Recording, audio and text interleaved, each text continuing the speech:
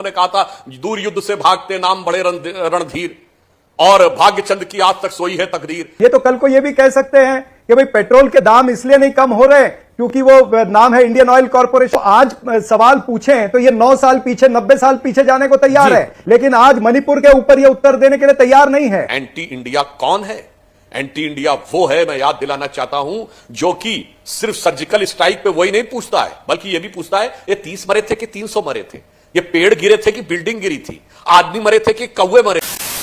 दोस्तों नमस्कार, आप सभी का स्वागत है और आप देख रहे हैं एसके डिबेट। दोस्तों कांग्रेस पार्टी ने अपने गठबंधन का नाम यूपीए से बदलकर इंडिया रख लिया है, जिस पर प्रधानमंत्री मोदी जी ने अब तक का सबसे बड़ा हमला बोला है। प्रधानमंत्री मोदी जी ने बोला है कि इंडिया नाम रखने से कुछ नहीं होता है। उन्होंने बोला है कि ईस्ट इंडिया कंपनी के नाम में भी इंडिया था। उन्होंने बोला है कि इंडियन मुजाहिदीन के नाम में भी इंडिया था।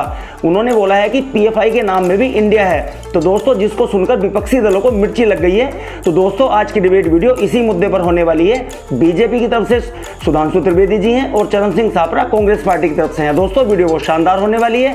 आपसे अनुरोध है वीडियो को अंत तक जरूर देखें। वीडियो पसंद आए तो लाइक करें, शेयर करें, कमेंट करें और मेरे चैनल को सब्सक्राइब करें। चलो दोस्तों मेन डिबेट स्टार्ट करते हैं। चलिए शुरू करते हैं। मुझे तो हैरत होती है कि आदरणीय प्रधानमंत्री जी की जबान क्यों नहीं कपाई जब उन्होंने ईस्ट इंडिया कंपनी और इंडियन मुजाहिदीन और पीएफआई का नाम लिया। क्या वो प्रधानमंत्री भूल गए? आदरणीय प्रधानमंत्री को यह नहीं याद आया कि यही ईस्ट इंडिया कंपनी को इंडियन नेशनल कांग्रेस ने खदेड़ा है। अच्छा। और इंडियन मुजाहिदीन को नस्तनाबूद करने के लिए जो इंडियन आर्मी, उसके नाम में भी इंडियन आता है। तो ये तमाम सारी बातें ये भूल जाते हैं। देखिए ये बातें तो बहुत साधारण सी हैं। नाम से जरूरी नहीं कि आपका जैसा नाम वैसा काम हो। हिंदी में बड़ी पुरानी कहावत है कि भोली सूरत दिल के खोटे, नाम बड़े और दर्शन छोटे। और मैं ये भी कह देना चाहता हूं, इसके ऊपर तो हमें याद है अमीश जी, बचपन में काका हाथरसी जी की एक कविता थी। उन्होंने कहा काम धाम का नहीं है नाम से सामंजस्य, किसी पार्टी के नहीं झंडा राम सदस्य, और नाम बदल लो कितना न बदले भाग्य की रेखा, स्वर्ण सिंह के हाथ में कड़ा लोहे का देखा। ऐसा उन्होंने एक हास्य व्यंग्य में कविता लिखी थी जिसका सिर्फ यह अर्थ था कि कोई नाम बदलने से कोई सोचे कि मेरा सब कुछ हो जाएगा। उन्होंने कहा था दूर युद्ध से भागते नाम बड़े रणधीर और भाग्यचंद की आज तक सोई है तकदीर। तो ये एक सिंपल सी बात मैं कहना चाह रहा हूं, कोई सोचे कि नाम से मैं सारा का सारी चीज वो कर लूंगा। अभी देखे चरण सिंह सापरा जी जोशो जुनून में क्या बोल गए, कहते इंडियन नेशनल कांग्रेस वो है जिसने ईस्ट इंडिया कंपनी को भगाया था।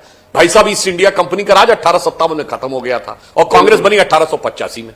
मतलब 38 साल पहले पैदा होने से पहले भगा दिया। तो गजब का तर्क देते हैं आप लोग। और इंडियन नेशनल कांग्रेस बनाई गई थी इसलिए कि 1857 के स्वतंत्रता संग्राम के कारण जो स्थिति हुई थी, अंग्रेजों को लगता था कहीं दोबारा वो ना हो जाए, तो एक सेफ्टी वॉल की तरह। और ये मैं नहीं कह रहा हूं, इनके द्वारा पोषित राइटर बिपिन चंद्रा और तमाम वामपंथी इतिहासकार भी कांग्रेस की सेफ्टी वॉल थ्योरी रख चुके हैं, ताकि जैसे प्रेशर कुकर होता है ना, प्रेशर ज्यादा हो जाए तो वो सेफ्टी वॉल निकलता, थोड़ी हवा निकल जाती है, वैसा करने का प्रयास किया जाता था। और इसीलिए मैं चुनौती से कहता हूं 1885 में बनने के बाद कांग्रेस ने 1930 तक पूर्ण स्वराज्य को कभी अपने प्रस्ताव में आने नहीं दिया।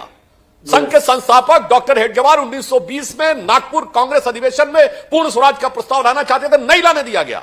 चूंकि अंग्रेजों के हिसाब से चलना था, इसलिए 35 साल लग गए इनको, जिसको आप कहते हैं स्वतंत्रता की लड़ाई, यानी पूर्ण स्वराज की बात कर। अमित जी ऐसा मैंने यही तो बात की ना। इनको आज पर सवाल पूछो तो ये 90 साल पीछे चले जाएंगे। ये वही लोग हैं जिनके पूर्वजों ने अंग्रेजों की दलाली की है, तो ये कैसे समझेंगे ये तमाम सारी बातों को। और दूसरी बात ये है कि आज का जो मुद्दा है, जैसे जेपी नड्डा साहब ने आज ये अभी स्टेटमेंट आपने जेपी नड्डा साहब की करी है, ये तो कल को ये भी कह सकते हैं कि भाई पेट्रोल के दाम इसलिए नहीं कम हो रहे क्योंकि वो नाम है इंडियन ऑयल कॉर्पोरेशन। अरे कहना क्या चाहते हो? ये तो ये भी कह सकते हैं कि फूड कॉर्पोरेशन ऑफ इंडिया है, इसीलिए जीवन आवश्यक वस्तुओं के दाम बढ़ गए हैं। तो ये तमाम सारे इस तरह से दिशा भूल करने की बातें करते हैं। ये नहीं बात करेंगे कि मणिपुर की स्थिति कब सुधरेगी, मणिपुर के लोगों का जो जख्म है उस पर मरहम कब लगेगा, उस पर चर्चा कब होगी। इसके ऊपर भारतीय जनता पार्टी ने उत्तर देना चाहिए, उनके प्रवक्ताओं ने उत्तर देना चाहिए। तो रुको जरा, सब्र करो। देखिए मणिपुर के विषय के ऊपर माननीय प्रधानमंत्री जी सत्र शुरू होने से पहले ही अपने मन की कष्ट, वेदना और आक्रोश तीनों की अभिव्यक्ति कर चुके हैं। आज गृह मंत्री अमित शाह जी ने सदन में ही कहा है हम तैयार हैं चर्चा के लिए, और आज उन्होंने एक लिखित पत्र भी भेजा है विपक्षी दल के दोनों नेता प्रतिपक्षों को, राज्यसभा और लोकसभा को लिखित में भी भेजा है। यानी हमने कहकर भी कहा है गृह मंत्री जी ने, और लिखित में भी कहा है, और कहा कि बैठकर इसका समाधान निकालिए, चर्चा करिए। हम चर्चा को तैयार। आप कहते नियम 176 की तरह नहीं, नियम 267 की तरह चर्चा करेंगे। ये तो वो बात हो गई अमीश जी कि कोई ये कहे कि हम परीक्षा भवन में बैठ के परीक्षा का उत्तर पुस्तिका लिखने को तैयार हैं, मगर ये वाला कलम नहीं, तो वो वाला कलम बताइए नहीं, कि तो और फिर हम कहेंगे हमें उत्तर लिखने नहीं दिया। इनको आज सवाल पूछे तो ये 9 साल पीछे, 90 साल पीछे जाने को तैयार है, लेकिन आज मणिपुर के ऊपर ये उत्तर देने के लिए तैयार नहीं है।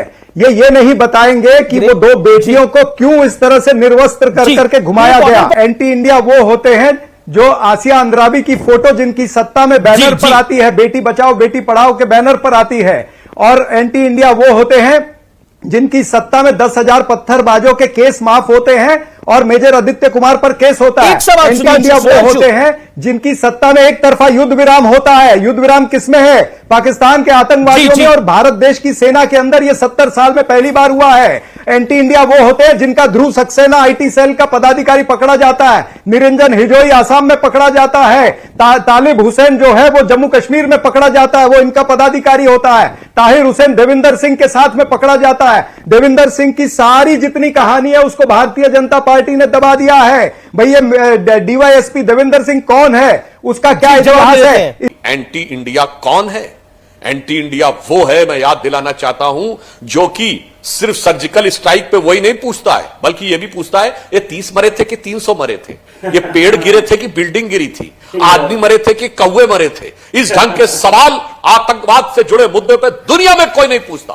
अभी अमेरिका ने अमन जवाहिरी को मारा, मैं चुनौती तो पूछता हूं, किसी विपक्षी दल ने पूछा क्या अमन जवाहिरी की लाश दिखाओ, सबूत दिखाओ, ओसामा बिन लादेन को मारा गया।